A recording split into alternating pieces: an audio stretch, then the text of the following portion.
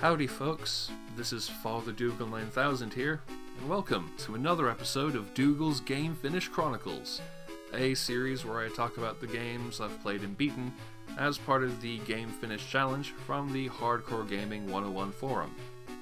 There isn't a lot to say for this episode, some familiar territories being covered for all three games. That can be nice every now and again, and I feel that was the case here, but don't expect anything too out there or obscure, really. Maybe that'll be for next time? I don't know. Today's games were originally logged from the 20th to the 26th of March 2021.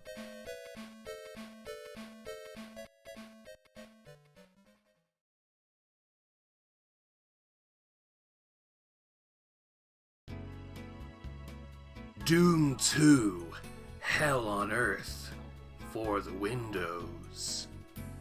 I was honestly not expecting to talk about this one, certainly not so soon after the previous one. Last time I played Doom 2, which was somewhere back in 2016, 2017, I hated how monstrously convoluted the levels got, and the new enemies that seemed to exist for the sole purpose of screwing you over.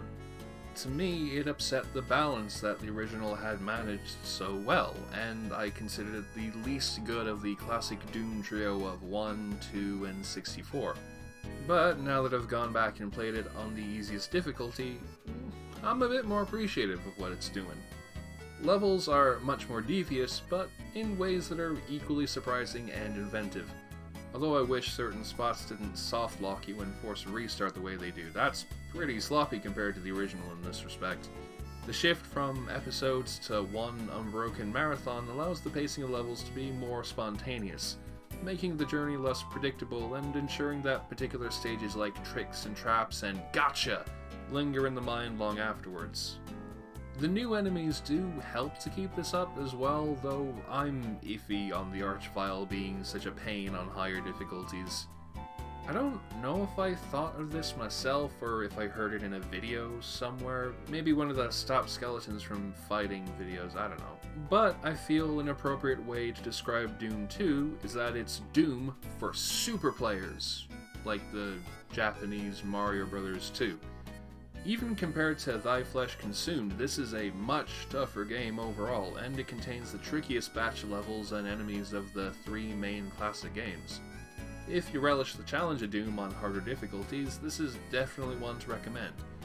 But if you're not so keen on it, I'd say maybe give Doom 64 a go and see how things fare.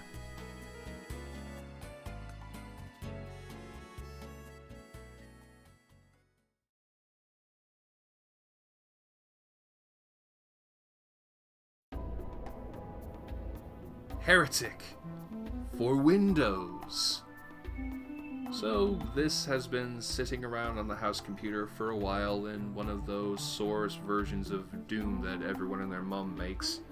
I figured I'll give it a go, and the worst that'll happen is I'll lose interest after a little while. Well, evidently I didn't, seeing as I managed to make my way through the original 3 episodes, and even some ways into the 2 extra episodes bundled with the game's retail release before giving up. Incidentally, giving up at the retail episodes is why I'm calling this just Heretic and not with the subtitle Shadow of the Serpent Riders. That's the version that includes the retail episodes. This was made within the Doom engine and licensed from id themselves, so this is essentially a big Doom mod with all new enemies, textures, music, and sound effects. That means it retains a lot of the gameplay loops that I like about the old Doom games, but wrapped in a medieval fantasy scenario that lends itself to some pretty cool situations if you're in the mood for it. Something I particularly like is how the levels balance the more abstract landscapes seen in most early 90s shooters with ones that feature more specific locales, as would become more common from the late 90s onward. One stage that stood out in this respect was the Citadel from the first episode, which begins as a representation of a small village divided up by walls with a small church at the other end of said village. It's a nice touch that adds a sense of progression and theme beyond the usual grabbing keys and opening doors. It's generally a good game overall, though one thing I really dislike is how much damage enemies absorb before going down. Even on the easiest difficulty, most enemies take way too many hits to kill with anything besides the ethereal crossbow, and this makes navigating or even just surviving the later levels way more bothersome. It's honestly the main reason why I gave up on those latter 2 bonus episodes, which were the equivalent of Thy Flesh Consumed in terms of level complexity and overall difficulty as is.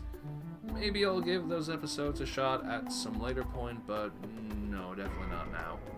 Still, for what it is, quite cool. Definitely check it out if you dig Doom, but fancy more medieval fantasy larks.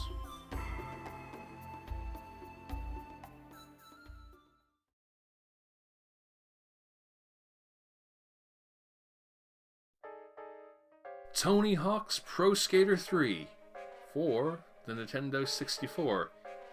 Yes, another bloody Tony Hawk game. I was faffing around with Nintendo 64 emulation to see if my PC could hack it, and tested it by playing a ROM of the Nintendo 64 port of Pro Skater 3 that my brother had downloaded back in 2010 or thereabouts. Yipes. Thankfully, it worked very well, and I played through it as Steve Caballero, another all-rounder skateboarder like Eliza Steamer, or Alyssa Steamer. While it features plenty of things from the 6th gen version made by Neversoft, there's enough changes to the level design and what goals you can accomplish that I feel you could consider this last gen port as its own thing. On that note, I like most of the level design changes and how homely they make certain stages such as Canada and Rio de Janeiro, and most of the new goals are pretty feasible. However, I'm playing the Nintendo 64 version, which has some pretty odd controls in comparison to more or less every other version. Now, for the sake of fairness, I am emulating this obviously, so I'm going with whatever the emulator configures for the Xbox 360 controller I was using. I've never played an actual N64, and I imagine if I did, the controls would not seem particularly strange. The best way I can describe it is that the C buttons, which remember are mapped to the thumbstick on the 360 controller but are essentially buttons on the N64, act as the respective face button positions you'd have elsewhere. Left C is for flips, right C is for grabs, and up C is for grinding. And you hold the analog stick / D-pad in whatever direction, then press the C button to do a certain trick. In practice, it works out well enough, but that means certain tricks are harder to do since you have to move your thumb from A to the C button that you're using while pulling the analog stick in whatever direction. In a way, this kind of brings back some of Pro Skater 1's emphasis on landing lines, since it's quite difficult to create your own even with your greater capabilities. I rather relish the challenge, and the game is thankfully very solid in how it plays otherwise to make for a tough but fair time. Maybe it would have been better to go for the PlayStation version since that has the usual controls, but this ain't a bad alternative if you're interested. Also, one other notable change is that the songs have been heavily chopped up in order to fit on the cartridge, and this makes for some amazingly incoherent remixes. Even just the version of Ace of Spades, the game's intro theme tune in this particular port, is gloriously nonsensical. It's beautiful.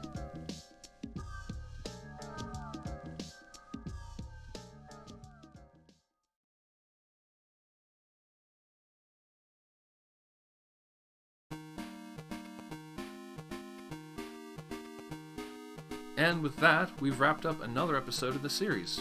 I hope that you enjoyed watching, and that you'll tune in for the next video, which will hopefully have some more unusual games. We'll see. Thank you so much, and until we meet again, have a wonderful day.